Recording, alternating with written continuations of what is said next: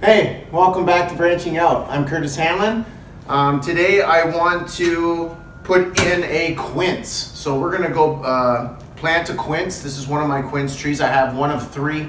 One I already have down in the food forest, and another one I'm gonna keep until spring in order to determine where I wanna put it.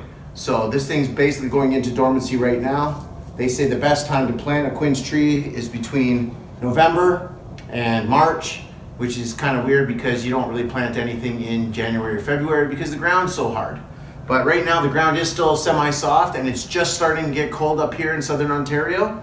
So a couple of things you might want to know about the quince though. Some suggest that in the book of Genesis, Adam and Eve ate the forbidden fruit, and some people think that it might have been a quince. Could have been other things, but that's just one of the theories. So on top of that, this is a deciduous tree. You're gonna find that it gets like these yellow fruit, like a pear. It's definitely in the pear and apple family. And it definitely puts in, it has a hard, aromatic, bright gold yellow palm fruit, similar to a pear. So that's definitely just this one tree here. So yeah, the one thing you're also gonna wanna know is they're astringent, just like persimmons are astringent. And the only time you can really eat a quince, or should eat a quince, I'm not saying you can't eat a quince raw, but for most cases, there's a lot of pectin and vitamins and minerals in a quince fruit. So with all that pectin, they use it to make a lot of jam. So jam is probably the best thing you can do to make in here, or you can cut it up and candy it and make it into a dessert. But at some point, you're going to want to cook it in some way, which will turn the flesh to a pink color, allowing it to be a lot more edible. So the only other way to eat it is to wait until it goes brown, kind of like a persimmon, until it almost goes into a rotting stage, so that a lot of that astringent has left the fruit, and then you can mow down. So we're gonna get out there, and we're gonna be putting them in a line on my left side here, which is the north side of the greenhouse. And we'll get out there and I'll show you how I put in a quince. Now they're very easy to grow, as far as I know. They're very easy growing, just like a pear tree would be easy growing.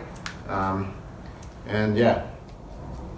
Now the quince is packed full of vitamins and minerals, like just packed full. It's high in fiber, pectin, definitely good for jam, but it has a lot of those tannins in it, which is the same kind of thing a persimmon has, a lot of tannins. So that's why you don't really eat them until they're way past their prime, or way past their ripeness. You just want them to be almost rotten, almost, to eat them. So otherwise, they also act as an anti-inflammatory, an antioxidant, antimicrobial, now I don't know this word, but it's ulcerative. So it also helps fight ulcers or soothes an ulcer, and it's also anti-cancer. So that's not bad for a very ancient fruit. It's a pretty old fruit. A lot of kings used to grow this stuff and then have it jellied and stuff like that. Now you can eat pretty much the whole thing of a quince fruit. It's kind of like a pear or an apple, though you don't want to be eating the seeds because they contain cyanide. So obviously if you eat too many seeds, there's a good chance you could get sick. So you definitely don't want to do that. Now, the other thing is quince also aids in digestion, lowers elevated blood sugars and cholesterol. So again, probably pretty good for a person that's probably has diabetes or something like that. One of these or two of these probably be pretty good for that diet.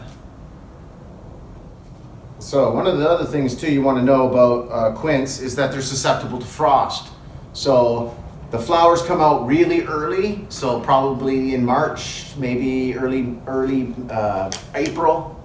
So you definitely want to take care and plant it in such an area that may have less chances of frost instead of high chances of frost. There are different parts of my property here where some receive more frost than others because of the elevations and protection of trees and bushes and fence lines. So in order to get fruit on a quince, they say it takes up to about 5 years to start seeing fruit on a quince tree when you're growing it from seed.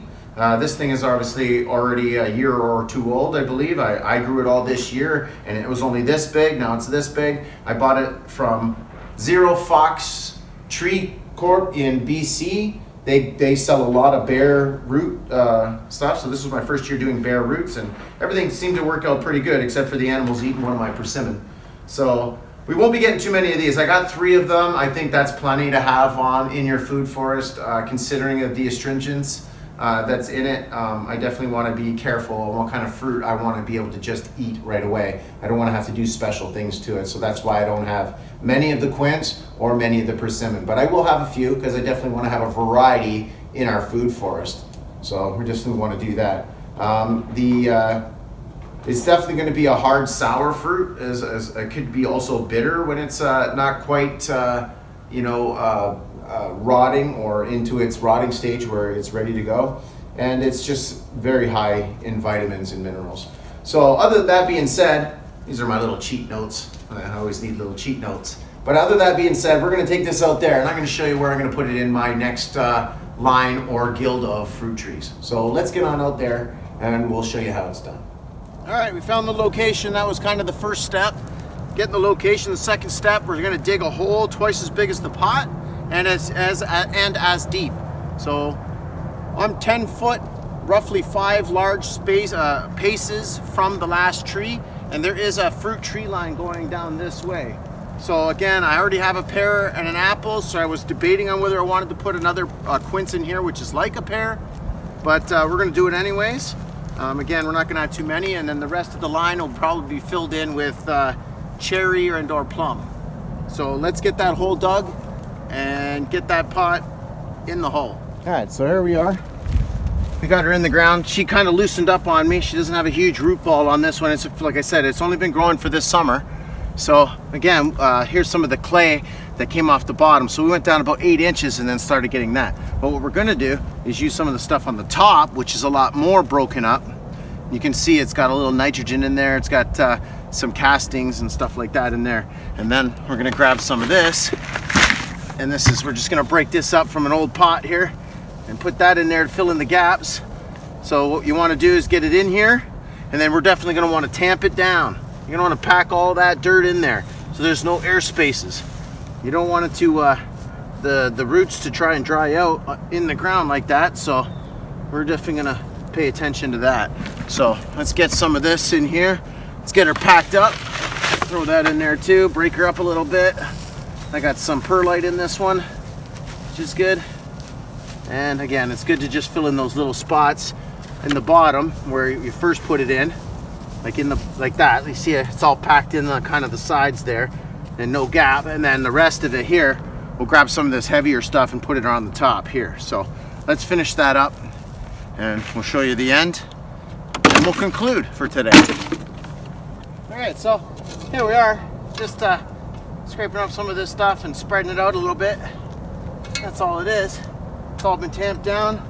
The rain, the snow, that'll also pack that stuff down in a little further. Just give it a little stomp. And that's about it for today. We got a quince in this weekend.